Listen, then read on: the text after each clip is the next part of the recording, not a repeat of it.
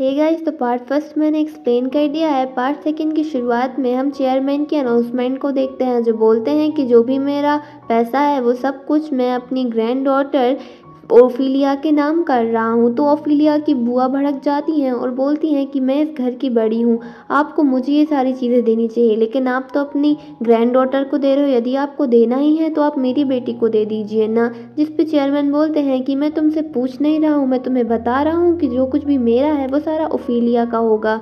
अब यहाँ पे मैडम मुँह काफ़ी ज़्यादा भड़क जाती हैं और ओफिलिया के पास जाकर बोलती हैं कि तुमने दादू के साथ मिलके हमें धोखा दिया है।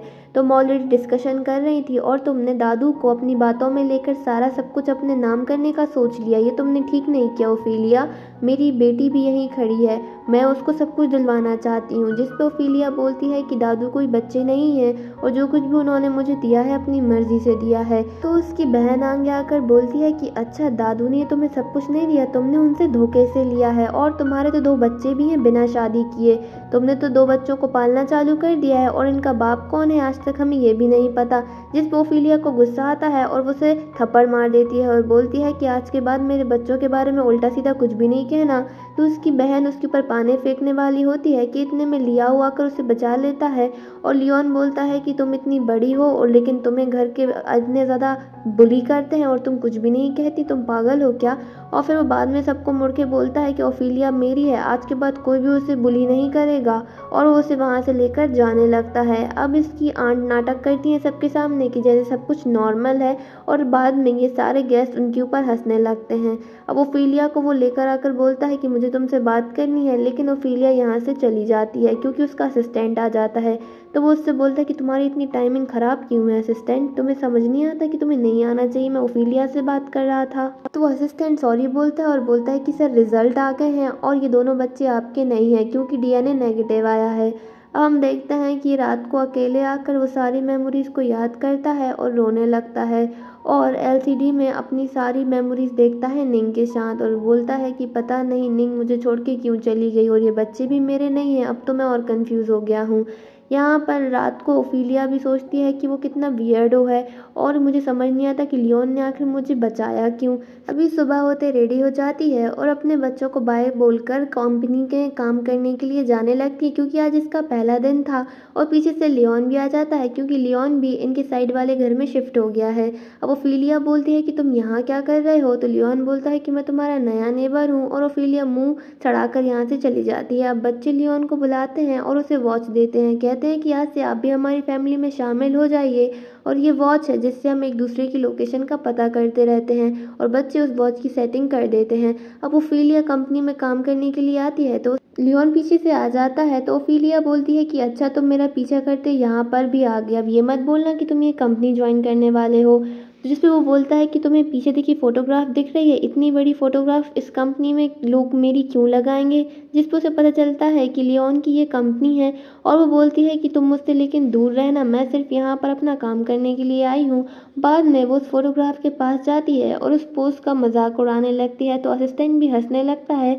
जिस पे लियोन को गुस्सा आता है और बोलता है कि ओफिलिया मुझे तो समझ नहीं आता कि मैं तुम्हारे साथ क्या करूं। शाम को ओफिलिया अपने एक कुलीग्स के साथ बाहर आती है और सारे कलीग्स बोलते हैं कि हमारे में एक रिचुअल है, जो भी नया पर्सन आता है उसे अपनी एक यूनिक क्वालिटी दिखानी पड़ती है। तो ओफिलिया डांस करने लगती है, सभी उसकी काफ़ी तारीफ करते हैं। लियोन भी ऊपर से आ रहा होता है और वो ओफिलिया को देखता रहता है। ओफिलिया गिरने वाली होती है तो वो उससे बचा लेता है और इनकी गलती से किस हो जाती है। अब ये सब देखकर काफ़ी ज़्यादा शॉक होते हैं और कई लोगों ने वीडियोस भी रिकॉर्ड कर ली होती हैं और फोटोज़ भी सोशल मीडिया पे अपलोड की होती हैं।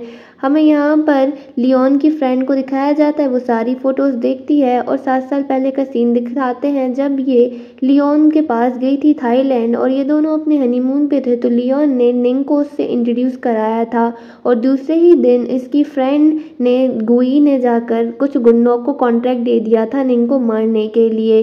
अब यहाँ पर वो दोबारा से फ़ोन करती है किसी को और बोलती है कि हमें निंग का पता चल गया है, निंग जो है वो हमारे यहाँ ही है जियांग सिटी में और वो जिंदा है। अब हमें फिर से ज़ारा ऑर्गेनाइजेशन के लीडर को दिखाया जाता है जो बोल रहा होता है ठीक है मुझे सारी इन्फॉर्मेशन मिल गई है, सो डोंट वरी। इसका नाम लुइस होता है और इसने ही लास्ट टाइम निंग को ब्लैकमेल किया था वो की को लाने के लिए। अब बच्चे तैयार होकर अपनी मम्मा के पास जाते हैं और बोलते हैं कि मॉम, हमें आपसे कुछ बात करनी है।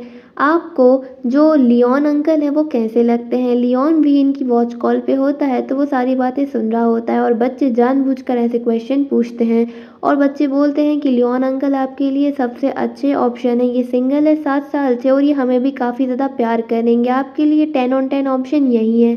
आपको ये कैसे लगते हैं? और फीलिंग्स को आपको डेवलप हो गई होंगी ना उनके लिए। जिस पर मुँह बोलती है कि हाँ, तुम लोग तो बहुत होशियार हो गए हो। हाँ, मैं उसे पसंद करती हूँ और उसे लाइक भी करती हूँ। अब बच्चे बोलते हैं कि सुन लिया अंकल, लियोन आपको मम्मा पसंद करती हैं। ये काफ़ी शौक हो जाती है और बोलती है कि चलो अब तुम लोग चुप करो और अपने ग्रैंडपा से मिलने के लिए जाओ। तो लियोन बोलता है कि आज मैं तुम्हें शाम को पिक करूँगा और डोंट वरी, मैंने सारी बातें सुन ली है, तो तुम कुछ भी छुपा नहीं सकती हो। तो जिस पे निंग बोलती है कि अच्छा, तुम्हें सब कुछ सुनाई पड़ गया है ना, अब तुम फ़ोन रखो, और वो कॉल कट कर देती है।